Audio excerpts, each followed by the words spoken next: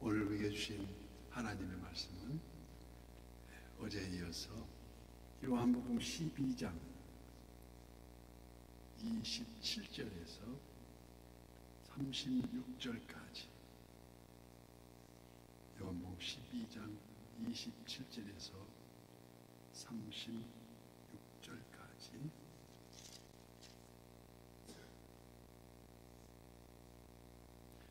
지금 내 마음이 괴로우니 무슨 말을 하리요. 아버지여, 나를 구원하여 이때를 면하게 하여 주옵소서. 그러나 내가 이를 위하여 이때에 왔나이다. 아버지여, 아버지의 이름을 영광스럽게 하옵소서 하시니 예, 하늘에서 소리가 나서 이르되 내가 이미 영광스럽게 하였고 또다시 영광스럽게 하리라 하시니 곁에 서서 들은 무리는 천둥이 울었다고도 하며 또 어떤 이들은 천사가 그에게 말하였다고도 하니 예수께서 대답하여 이르시되 이 소리가 난 것은 나를 위한 것이 아니요 너희를 위한 것이니라. 이제 이 세상에 대한 심판이 이르렀으니 이 세상의 임금이 쫓겨나리라. 내가 땅에서 들리면 모든 사람을 내게로 이끌겠노라 하시니 이렇게 말씀하시면 자기가 어떠한 죽음으로 죽을 것을 보이시니라.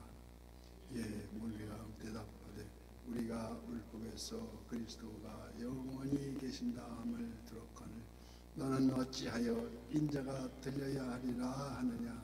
인자는 누구냐. 예수께서 이르시되 아직 잠시 동안 빛이 너희 중에 있으니 빛이 있을 동안에 다녀 어둠에 붙잡히지 않게 하라. 어둠에 다니는 자는 그 가는 곳을 알지 못하느니라. 너희에게 아직 빛이 있을 동안에 빛을 믿으라. 그리하면 빛의 아들이 되리라. 아멘. 오늘도 선한 유세 기도의 향유 속에 새벽을 깨우는 우리 모든 성도님들 여호와 샬롬 지키시는 하나님의 평강과 풍성한 은혜를 축복합니다. 예수님께서 빌립과 안드레를 통해서 찾아온 헬라인들을 접견하신 후에 그 즉시 하나님의 미래에 대해서 하나님의 미래 땅에 떨어지면 땅에 떨어져서 죽지 아니하면 그대로 있고 죽으면 많은 열매를 맺는다는 그 교훈의 말씀하시고 우리 주님은 이미 십자가를 향한 고뇌에 찬 행보를 내딛고 계셨다는 것입니다. 오늘 27절 말씀에 지금 내 마음이 괴로우니 무슨 말을 하리요. 아버지여, 나를 구원하여 이때를 면하게 하여 주옵소서. 그러나 내가 이를 위하여 이때에 왔나이다. 이 장면을 다른 복음서, 그러니까 마태, 마가, 누가복음, 그 공관복음서라는 그에는 겟세마네 최후의 기도로 수록되어 있습니다. 어떻게 해요? 땀방울이 핏방울이 되시도록 기도하시던 내 아버지여, 많이 할만하시거든 이 잔을 내게서 지나가게 하옵소서. 그러나 나의 원대로 마옵시고 아버지의 원대로 하옵소서 하고 간절히 기도하는 대목입니다. 이제 날이 밝으면 십자가 고난의 잔을 다 마실 터인데 할 수만 있으면 비껴가게 하여 주옵소서 하고 그 참 인간의 몸을 입으신 예수님의 절규라고도 할 수 있습니다. 이때를 면하게 하여 주옵소서. 이는 육신의 몸으로 지극히 당연한 바람이었을 것입니다.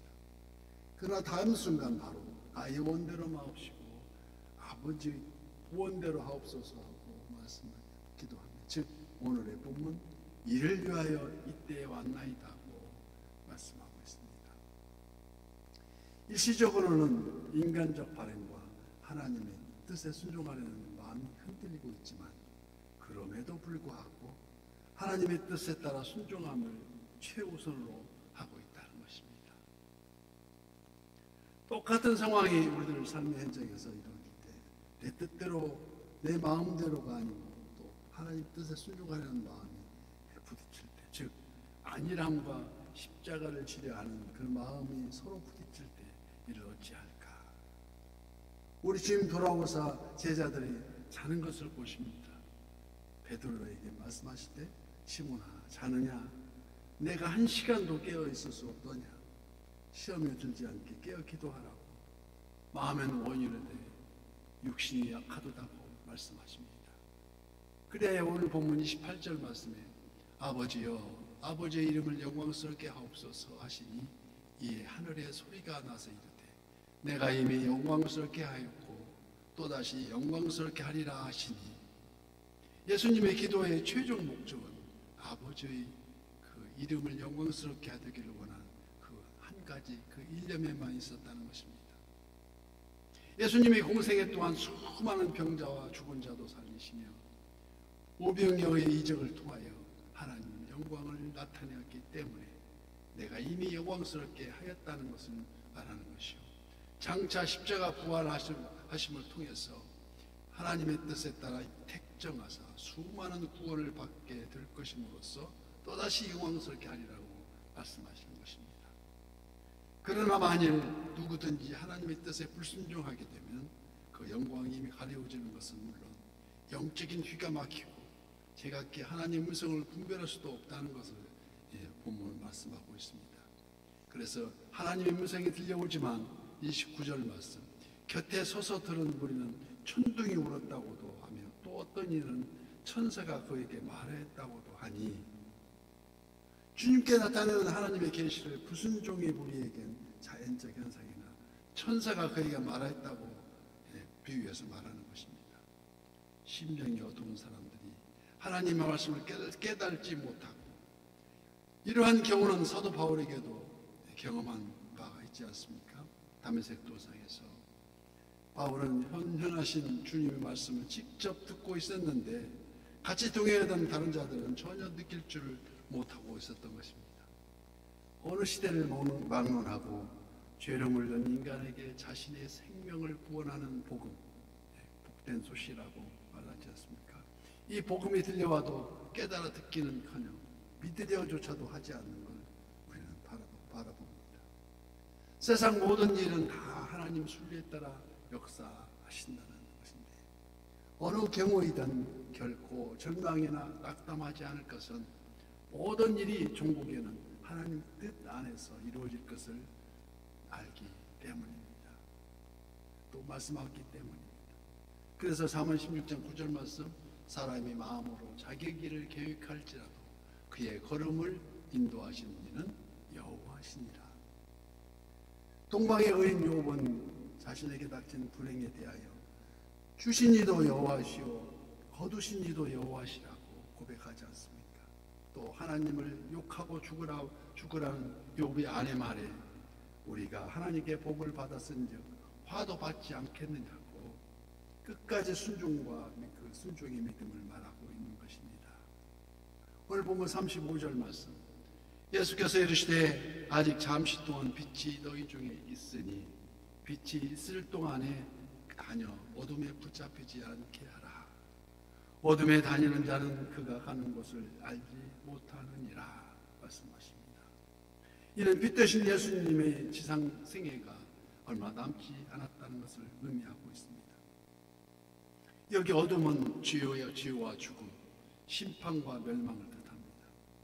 이는 곧 사도행전 4장 12절 말씀 다른 이로서는 구원할 수 없나니 구원을 받을 수 없나니 천하 사람 중에 구원을 받을 만한 다른 이름을 우리에게 주신 일이 없음이라고 말씀하십니다. 세상의 빛이 되신 예수님만이 그 어둠에서 구원할 수 있는 유일한 길임을 분명히 선언하고 있습니다. 어둠 속에 걸어가는 사람은 자기가 지금 어디를 향해서 걸어가고 있는지 모른다는 것입니다. 이는 마치 밤에 다니면 빛이 그 사람 안에 없는 거로 실족한다고 말씀하십니다. 그래 36절 말씀 너희에게 아직 빛이 있을 동안에 빛을 믿으라. 그리하면 빛의